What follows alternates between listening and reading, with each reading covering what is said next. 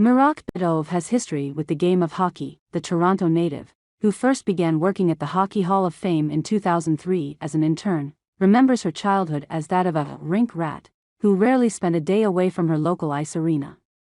Whether she was watching her brothers play, or passing a puck herself, Bitove's whole life seemed to revolve around the sport of hockey, a game her father absorbs like water as a fan, and one that employed his uncle before him as a player for the Toronto Maple Leafs. But now Bitove is adding her own history to the game. Last summer, the longtime Hockey Hall of Fame archivist and mother of three became the first woman to officially be named a Cup Keeper during the trophy's Summer Champions Tour. When players and coaches from the winning team each get a day with the Stanley Cup, honestly, I don't think that part has necessarily settled in yet, Bitove tells People during a recent interview from her office at the Hockey Hall of Fame, surrounded by gloves, sticks, and other gear she's actively archiving in the game's history. Most days when I'm in the office, I'm writing the history of hockey or I'm researching the history.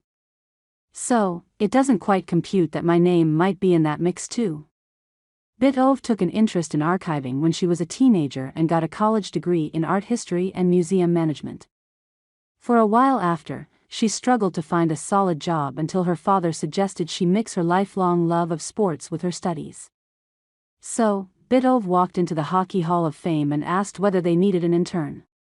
She began working unpaid at first and even stayed on longer than the job asked of her, keeping a foot in the door before breaking it down. My internship ended, and I just kept showing up, Bitove laughs. They threw me a lunch for my last day of the internship, and I said, "That's lovely, thank you so much, but I'll be here on Monday."